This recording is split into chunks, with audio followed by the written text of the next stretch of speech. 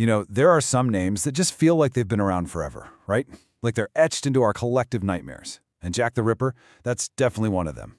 But what we're going to do here is look past that shadowy figure we all think we know, because the real story is, in a lot of ways, even more shocking than the legend. Okay, let's get into it. So picture this. It's 1888. You're in Whitechapel, one of London's poorest districts. And out of nowhere, a series of absolutely gruesome murders begins.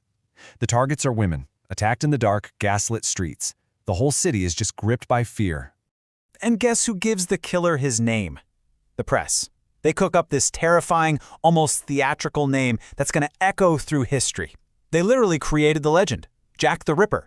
You know the image. The monster in the top hat, stalking through the fog.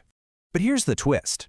What if I told you the most important part of this whole thing isn't actually about who the killer was? No, it's about how, and more importantly, why, the legend itself was built. See, the real story isn't about finding a monster. It's about understanding how one was made. And to get that, you first have to understand the world this all came from. This place isn't just a backdrop, it's practically a character in our story. So welcome to Whitechapel, 1888, or as the press at the time loved to call it, a notorious den of immorality. Let's start with a number, 8,500. Just try to wrap your head around that. That's how many people were crammed into Whitechapel's 233 common lodging houses on any given night. Life here was transient, it was crowded, and it was absolutely desperate. But if you think that's bad, this next number, it's truly horrifying.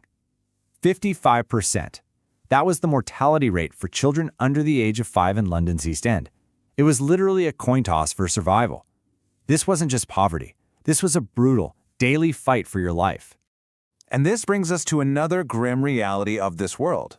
The police at the time estimated there were about 1,200 women working as prostitutes in Whitechapel alone. Crushing poverty and a total lack of other options drove them onto the streets, which made them incredibly vulnerable. This is the world that the Ripper was able to exploit. So this environment, this desperation, it leads us right to the heart of the tragedy. Because in all the hype about the killer, his victims, they often get flattened, reduced to just a single label. But these were women with full lives, with their own stories. They are what's known as the Canonical Five. That's the term for the 5 victims most experts agree were killed by the same person. Their names were Mary Ann Nichols, Annie Chapman, Elizabeth Stride, Catherine Eddowes, and Mary Jane Kelly. Now, history has kind of slapped the label prostitute on all of them, but the truth is way more complex. Records show they were doing all sorts of casual jobs, cleaning, harvesting hobs, anything they could to earn a few pennies for a bed for the night. They weren't stereotypes, they were just struggling to get by. To really get it, let's just focus on one of them for a second. Annie Chapman. Let's see the person behind the name. You see, Annie was once married to a gentleman's coachman, a respectable life. But after her 12-year-old daughter tragically died from meningitis, her whole world just unraveled. Both she and her husband turned to alcohol to cope, and she eventually ended up on the streets. She wasn't some faceless victim. She was a mother grieving an absolutely unbearable loss. Or how about Catherine Eddowes, another one of the Canonical Five? On the very day she was murdered, she'd been picked up by the police for being drunk in public. And her last hours are just this tragic mix of defiance and just heartbreaking irony. She was joking with the police when they let her go, and she even told someone she thought she could earn the reward money for catching the killer. Just a few hours later, she was dead. So as the bodies piled up during what the papers called the Autumn of Terror, the public and the press were getting furious with the police. The whole investigation was seen as a complete and utter failure. But was it really just incompetence? Well, the reality was a whole lot more complicated. And this right here is so crucial to understand. The police weren't just hunting a killer, they were fighting a battle against public perception, which was being fanned into a frenzy by the media. I mean, look at this cartoon from a few years earlier. It shows how the press loved to create these monstrous stereotypes of certain groups, like the Irish. This culture of prejudice and panic just fueled wild accusations, and it put unbelievable pressure on an already struggling police force. I mean, think about what they were up against. They had zero forensic techniques, no fingerprinting, no DNA, nothing. They had rival police forces that refused to share information. They had the public and the press trampling all over crime scenes. And on top of all that, they got over 300 hoax letters, all designed to waste their time. They weren't just incompetent, they were completely and totally overwhelmed. And this This is where the story takes its most important turn. Because the legend of Jack the Ripper wasn't really born on the bloody streets of Whitechapel. No, it was forged in the newsrooms of Fleet Street. So, get this. This quote is from the famous Dear Boss letter. It was sent to a London news agency, and it's the very first time the name Jack the Ripper ever appeared. But here's the kicker. Today, most experts believe this letter, the very source of the name, was a total fake, probably written by a journalist just to sell more papers. See, the murders happened at the exact same time as a huge media revolution. This thing called new journalism had just arrived. It tossed out dry reporting and instead focused on scandals, human interest stories, and sensational headlines. It was like a machine that constantly needed to be fed a dramatic story. And the change was just dramatic. Seriously, look. On the left, you've got a typical newspaper from 1860. It's just a wall of text. But on the right, a paper covering the Ripper. It's all about that giant, lurid illustration and the terrifying headline. The Ripper wasn't just a news story. He was a product, perfectly designed for this brand new, sensationalist media age.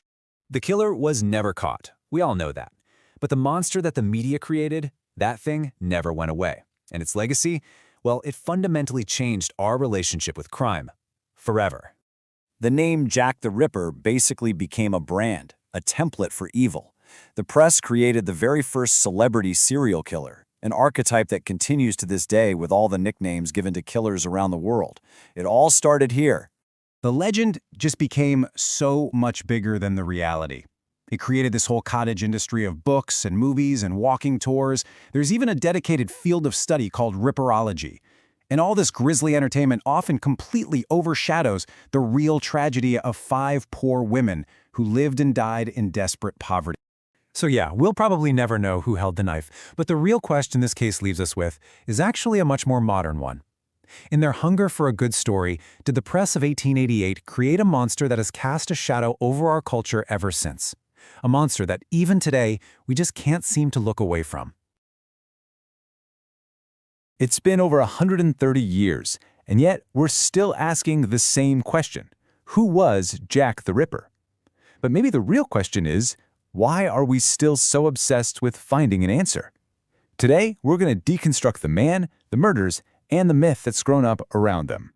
Can you imagine getting a letter like this? This chilling message became known as the From Hell letter, and it was just one of hundreds that flooded police stations and newspaper offices during that terrifying autumn of 1888.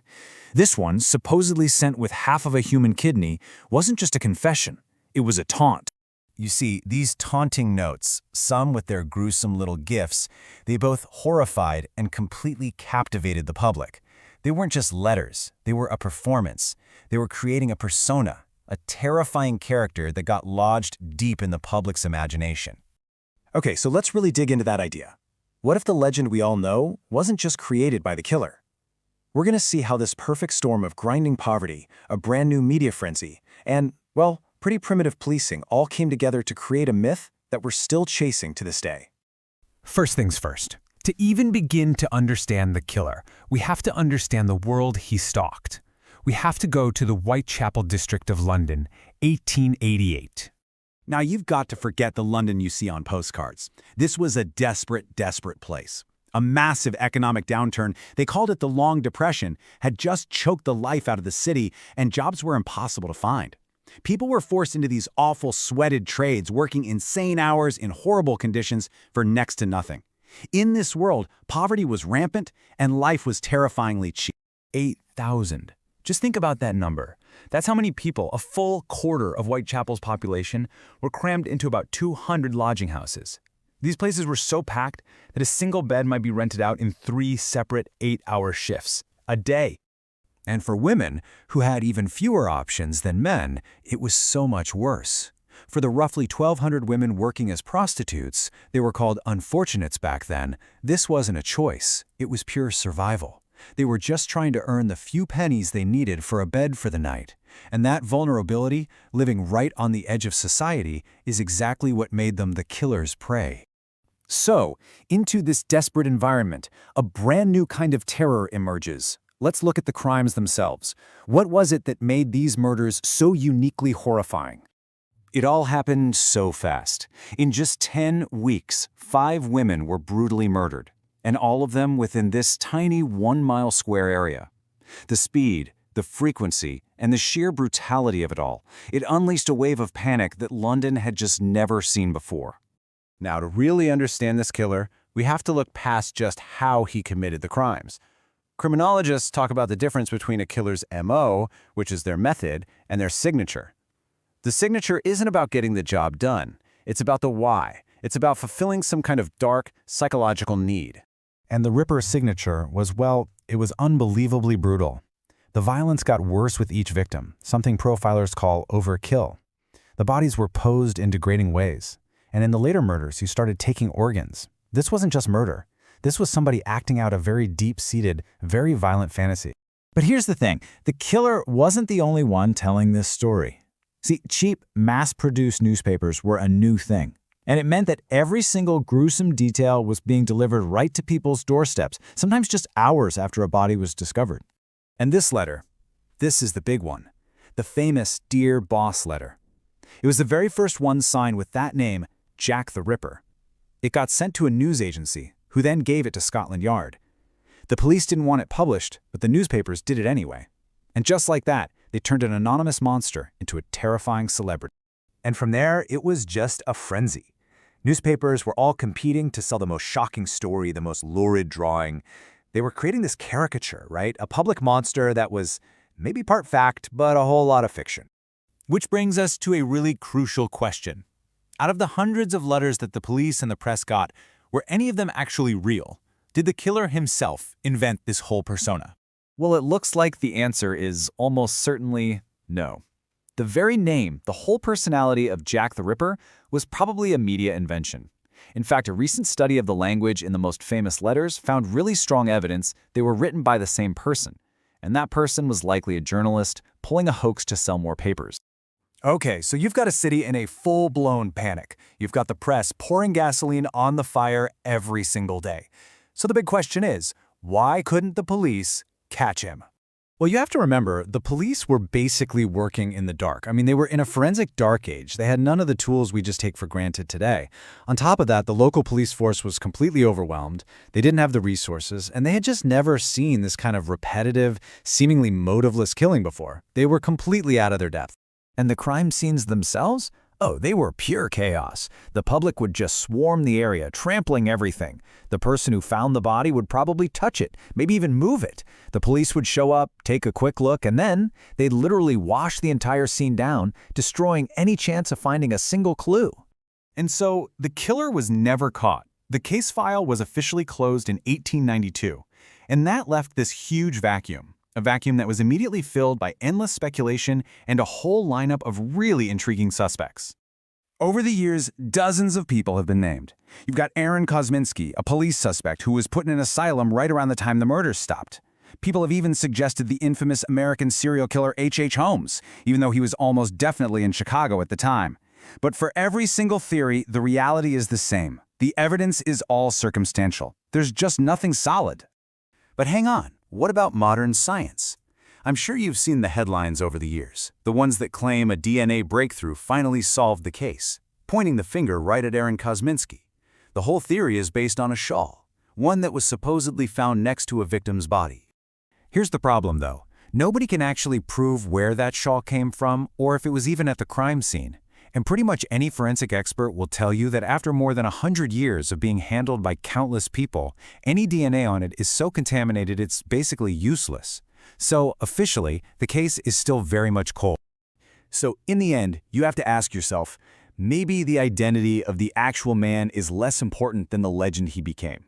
Maybe Jack the Ripper is really just a dark reflection of the city that created him, the society that feared him, and the media that gave him his name. Maybe he's less of a man and more of a ghost that we're all still chasing.